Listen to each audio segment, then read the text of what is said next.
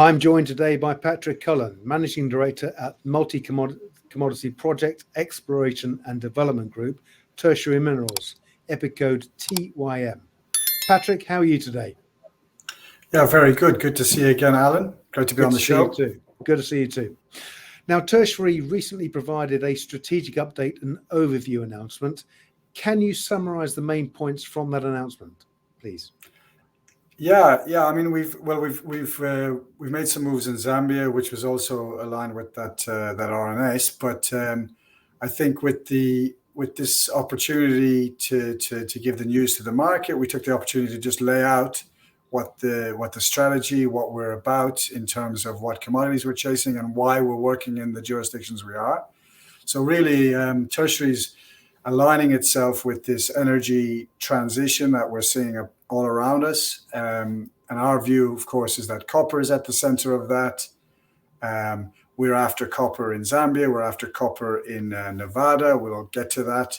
And of course, silver. We're also after precious metals, and we're in Nevada, which is the fourth largest producer by jurisdiction in the world of gold, and is historically and remains today one of the largest silver producers, certainly second in the United States.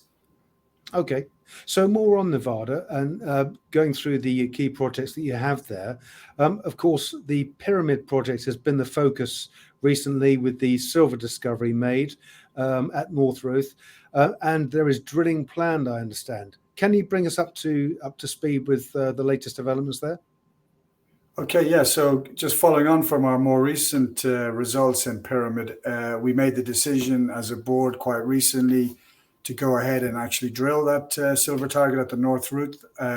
So that basically what's happening there is we're planning the drill holes. That's in progress, and permitting is a very well established system for permitting, and then I'm actually myself going out to Nevada at the end of this month, early December, to spend some time with Patrick Cheatham, who has been handling this project up to now, and with our geologist on the ground there, and actually see the location, see some rocks, and speak to drillers and get a drill rig lined up for Q1, which is the plan for drilling. Okay, and of course, so you're actually going out to site in Q1 next year, which is great. Also, of course, there's work planned for the Brunton Pass Copper Project too, I understand. Okay, yeah. So I'm actually going out to site now in the next 2 weeks. Okay. But the work is planned, as you say, for Q1. Yeah. So currently, we're mapping at Brunton Pass as well, and we're planning for some trenching program. And this is really, a standard way of doing things for us. We go in, we collect the historic data. You saw some of that in the previous slide. We do soil sampling. We delineate key targets, and then we get into trenching, which gives us better understanding, gives us better structure, gives us better geological understanding, gives us more grade control in terms of sampling that we can do, and that leads to the drilling decision. So that process it followed exactly those steps at Pyramid, and if we have the right kind of results at Brunton Pass, then we'll move in that same direction. What I really like about Brunton Pass is actually we've got this kind of primary target, but there's also some other interesting things that are happening around there, and they're quite significant because I mentioned gold before. In Nevada is where the Cullen style model for gold exploration was developed, for gold mineralization was developed, and so there's some indications that we might have something similar happening here. So for now, Brunton Pass remains primarily a copper target. That's fine, but we will continue to do further work, and the trenching will be focused on the copper. We'll do more mapping. We'll continue with that work in the background. Okay, that sounds good. Patrick, of course, we've spoken many times, and I know you are very enthused by the opportunities in Zambia. Now, in the update, you said you'd exercised your joint venture options over the remaining 4 Mwashia licenses. What does this now give Tertiary in Zambia? And I'm going to bring up another slide. Okay, so yeah, that's our overview.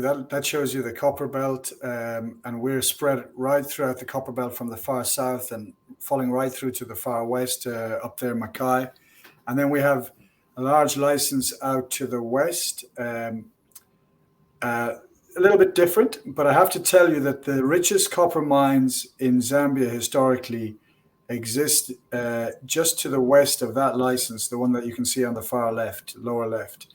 Um, and we know there's a lot of work that's happening there. First Quantum, through partners, we believe, are doing a lot of work in terms of soil sampling, airborne geophysics, and so forth.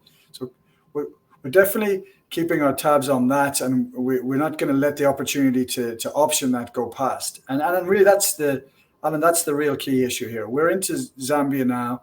We've got over 1,200 square kilometers of exploration real estate access to that through this partnership. We've got Jack's down in the far right. That has a lot of work done on it historically in the 90s. Further work through a joint venture with First Quantum in the mid 2010s, so 15, 16. And we have some excellent drill targets. And I've talked about Jack's in the past in some detail, and there's more detail on our presentation that's available. But we're really targeting copper belt opportunities, and some of them quite strategic. If you look to the far north, we're just west of Konkola. Potentially very interesting things could happen there. And out to the far west, well, we're northwest of operating Sentinel mine, and actually there's a nickel mine there as well at Enterprise. So that's operated by First Quantum. Okay. So really an excellent, I suppose we've established ourselves there. In my recent visit, really gave me a lot of encouragement. And our view is that Zambia is going to be very hot for copper, in the near future. It already is, of course. The new government that's recently come in has already started to roll back some of the negative taxes that were introduced around mining, and that's creating a lot of encouragement for mining companies. And they've decided that their focus in terms of production needs to be there to help support the recovery of their economy. So the president there has stated that quite clearly and has very ambitious targets for mining production. And as your viewers will know, where we are in terms of junior exploration, that's ultimately what leads to the establishment of resources. And they will be depleted at a much higher rate if the production rates that the government's asking for are achieved. So there's a couple of really interesting things happening. We know the rocks are there. Zambia is a top producer historically and remains so, but has a lot of opportunity for growth. The government has stated that they want a major increase in production. So they need to make the environment attractive for big miners to invest long-term, large-scale mining projects. And those same miners need a stream of new resources coming in. And that's where we see ourselves. So I feel that, in the new year, you're going to see listings in Zambia. We're already there, and we're already listed. And I think, I think it presents a good opportunity for those that see Zambia and copper next year as something to be in. Excellent. Just on to listings and general valuations. We know the resources sector, of course, has undergone a real malaise during most of the year. In fact, wider than that, it's the small caps in general, and of course, the tertiary share price is no exception. What's your take on this, Patrick? Yeah, so I think you need to qualify. It's the junior caps, such as ourselves, that are taking the real hard knock. Some of the miners are doing exceptionally well. Who are sitting on we're like globally high copper prices, historically high gold prices. Silver looks like it's going to move. There's a lot of talk about the structural reasons for why silver. And I must make that point, and I didn't make it earlier. We consider it to be somewhere between the transition to the energy transition, because there's a lot more silver in this new economy as well in terms of electric cars, but obviously a store of value as well. So we're basically of the view that people have taken a step back, had a look at this. Their risk appetite possibly hasn't been as high. We see that in a lot of our peers in the same commodities that we're now chasing: copper, silver, gold, and also in the same jurisdictions we're operating in. Certainly, I say Nevada, if you wanted to, compare us to some of the other peers there. So Yeah, I mean, and I also feel that in the case of Tertiary itself, there's history here in terms of we were in industrials, we were elsewhere, there were issues, and a lot of that's it still remains in the background. There are things we can do, but the thing that needs to be recognized now is that we have a new start. It's a fresh start in a place like Zambia. We're moving ahead with what we've established in the recent year and a bit in Nevada.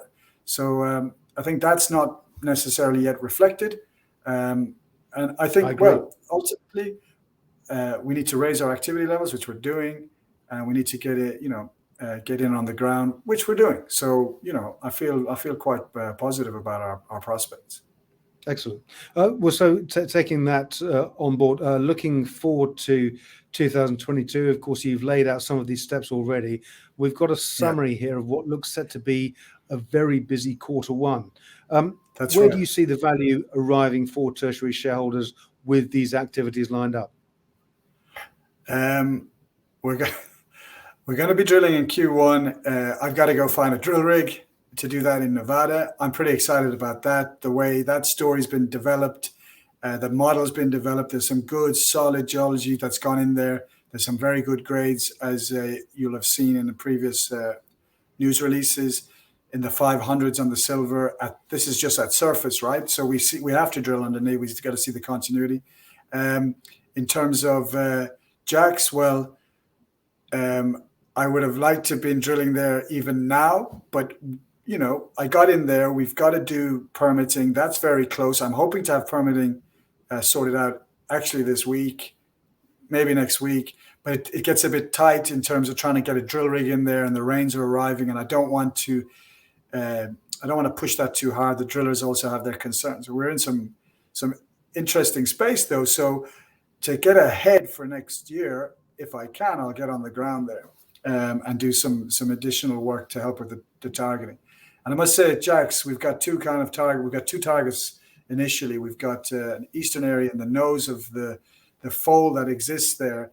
And there's some excellent grades that have already been drilled there historically, 24 meters almost at 1.2+% copper, some very high grade intervals within those intersections. And then a new target out to the west, which has been developed largely by a lot of good technical work done by First Quantum. And that's the second target that we really want to go in and hone in on that target and get a bit more work done there. A lot of desktop that's happening because we are looking at other opportunities in Zambia, and we're gathering all the information on the 5 licenses we've got. A lot of desktop work around modeling at Brunson Pass. So get in there and do some trenching. That'll give results. That'll set us up for drilling at some later stage if the grades are there. Quite a bit going on. Indeed. Well, the slides that you've just seen on this interview can be found at the Tertiary Minerals website, which of course is tertiaryminerals.com. Very busy Q1 lined up for 2022, and an awful lot for investors to look forward to. So, Patrick Cullen, just remains for me to say thank you again for joining us today. Please come back and update us once that work is underway next year. Thank you, Alan. I might even talk to you before then. You may well. Okay. Okay. Bye for now.